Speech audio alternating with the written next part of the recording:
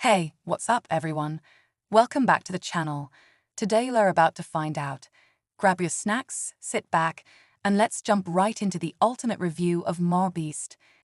Of people, more like 7 inches from falling to our death, swimming on a cage with vicious sharks. And so much more, all starting in this cage, in the middle of an African safari where there are lions, cheetahs, hippos, and a dozen other species that can kill us. Why are we doing this? Because we're visiting the 5 deadliest places on Earth. Oh, I see one of them. Oh my god, why are we doing this? And to make sure the lions actually visit us, I brought a bunch of meat. And surrounded the cage with it. Oh man, how are we trying to die? But what actually makes this place so deadly is that when the sun goes down and we lose our sight, the animals do not. There's 20. That sounds so random. No, it's huge. Everything's coming out of that. First of all, my mind's dirty. Don't do that. God, it's dirty. Oh, no. This time these lions will not stop circling us. We might actually die in this video. Well, let's see if we do, because the next places we'll be visiting in this video will progressively grow more and more deadly than the last, all leading up to an island riddled with venomous snakes. And next, we're going to be ice climbing on this massive, deadly, frozen waterfall. Alright boys, this is where things keep changing. You kind of know we're stuttering right now. On the side of a mountain. What are we doing? See you later. We are now standing on the side of a mountain. And now there is no turning back. One way or another, we are going to climb this massive cliff using these bladed boots and these ice picks. This might be the scariest thing we ever do. Wish me luck. Jimmy, you really expect us to climb this whole thing? Yeah. There's no chance. Truthfully, I wasn't sure if we could pull this off, but what happened next with Nolan did not make me feel any better. Ow. No, alright guys, stop. I'm out. You can't quit. Watch me. I can't believe Nolan chicken out. That was insane. No one truly left us. We're really high already. You're almost halfway! Oh, dude, don't look down. Oh my god. Let's get steeper as we go. Oh, my foot. I'm losing grip. Oh. There's no fall? Yes. Oh, God. I see the top, Jimmy. This is the scariest thing I've ever done. I'm doing this. I'm gonna get to the top. Show how steep it's on. Way too deep. I can't quit. I got like 10% left. I'm fighting the urge to cry, man. Even though I definitely shouldn't have been doing this, We're almost there, Jim. I somehow made it all the way to the top of this waterfall. We made it to the top. Let's go.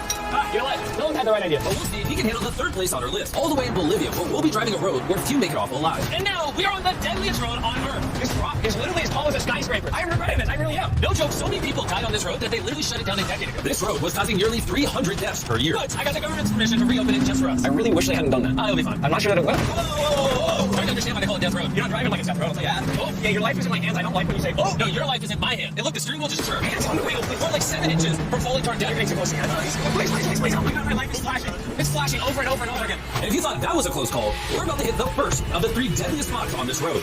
This is where the road gets very thin. This is where you gotta be really careful. Oh my gosh. I mean, the tire is gonna go off right up here. You see that? Yeah, I see what you're saying. Oh my god, look how far down that is. Here, Nolan, you guide me. Gladly, I'll get the car gladly. Bro, don't fall, please. No way. Look at how steep the drop is. That's a whole ravine. There's like a waterfall down. Help me get through this. Alright. This looks crazy. Look how close you are to the ledge. Your tire is literally right next to this giant ravine. That is crazy. Watch out, it goes down. It's very slippery. Keep coming.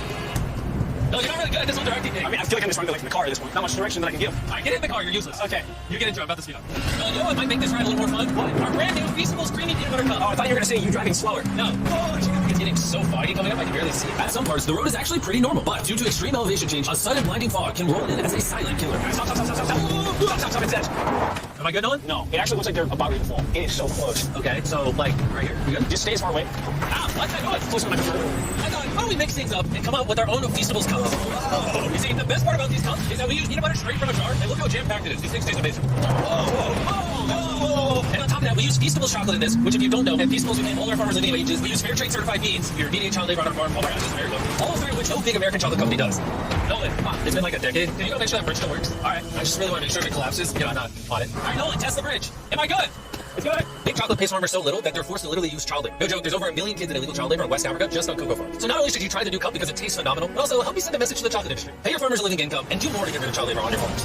These are crazy! We survived death road! So far, we've survived on the land. But for this next bonus place, Carl and Nolan are in the middle of the ocean, surrounded by sharks. And we're getting in the water without a cage for some reason. Yeah, we usually use this thing, but now we're not going to. The sharks in these waters are notorious for unprovoked attacks, making this the most dangerous water in the United States. I can't believe this happened. Oh my god. These are gigantic sharks. Dude, why are we doing this out of cage? Dude, behind you. Oh my god, it's huge. I don't want to. No, I don't die. Oh my god, the thing is so big. Okay, alright. Oh, the sharks are like twice the size. I'm good, shark. But that was nothing compared to our second most dangerous spot, which just so happens to be in the middle of the Amazon rainforest. The beauty of which can only be paralleled by its danger. Because in a matter of moments, the forest can go from this to this. Just a little rainstorm can cause the rivers to flash flood and overwhelm the entire area. And today, we're visiting the Gata Cataracts waterfall, where a flash flood could send us down over 1,000 feet to our watery grave. And to join me on this cloudy day, are these guys. Remember Hayes, he spent 70 days in the wilderness, and Bailey spent 100 days trapped together in a cube. What we're about to do is tour up his alley. They said the chance of death is low.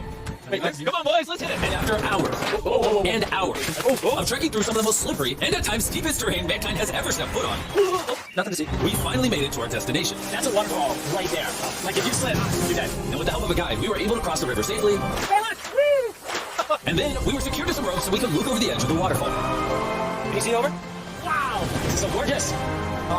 But as I said before, for how beautiful this place is, at only a moment's notice, it can be just as deadly. And it just started downpouring like crazy. You know, this is why this is one of the most dangerous places in the world. This waterfall is now becoming wider and wider, which are creating flash flood conditions. So we're literally getting flooded out of the Amazon right now. We gotta go. Should we use the ropes to go down the waterfall? Seriously. I don't think so. That's pretty bad idea. We're gonna be in the woods. Isn't that just equally as bad? What's the risk? There's mud coming down on Jimmy Line. Like a lot. At any point, they can be struck by lightning, and I really don't want you to die. So, with our YouTube video turned emergency operation, the only way out was through the same steep and slippery terrain that got us here. And now, we had to do it while the entire forest was flash flooding. You can see the flash flooding. Now the path is blocked off. Right after her multiple parts. It's gonna take us hours to get off this mountain. You remember when I crossed the river and I was laughing? I'm not laughing anymore. I'm actually scared. And if I fall, there's the waterfall. Right over there. Look at this water. Seriously, no joke.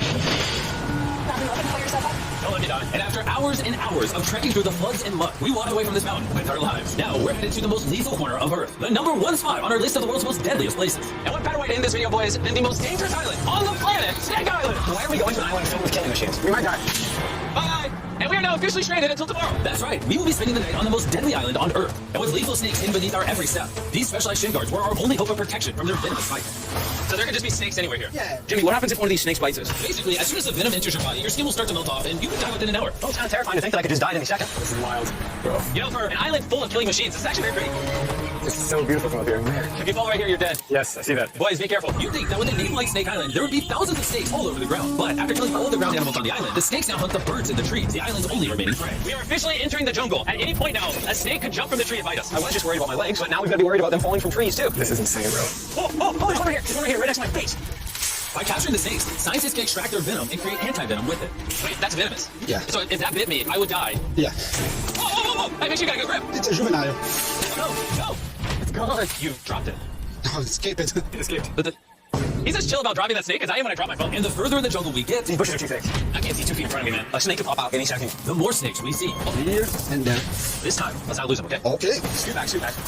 How many lives will the anti-venom from that snake save? Thousands of them. Oh, that's insane. The anti-venom they create can be used to treat 90% of all snake bites in Brazil, meaning every snake we catch could save thousands of lives. Hey, Jimmy, there's another snake up there. Whoa, that might be the biggest one so far. We're finding them all now. They're coming out. So for the rest of the day, we help find these deadly snakes. And we even assisted the scientists with their research.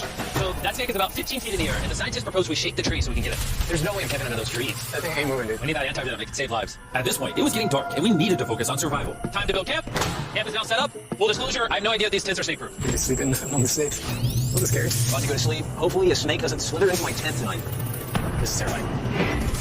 I can't wait to be in the safety of my own home. So we woke up with one thing on our mind, getting off this island as fast as we can. Let's go home. We avoided death all around the world, from hanging off the side of a massive ice mountain to driving inches away from a 1,000-foot drop, swimming in shark-infested waters with no cage. And lastly, We survived Snake Island and no one died. Thanks for watching the video. Make sure you go try the brand new Feastables creamy peanut butter cups available at these retailers. And help us send a message to the chocolate industry that you care how your chocolate is sourced. scan the QR code on the back of the pack to learn how to win one of 50 available contestant spots on Season 2 of Beast Games.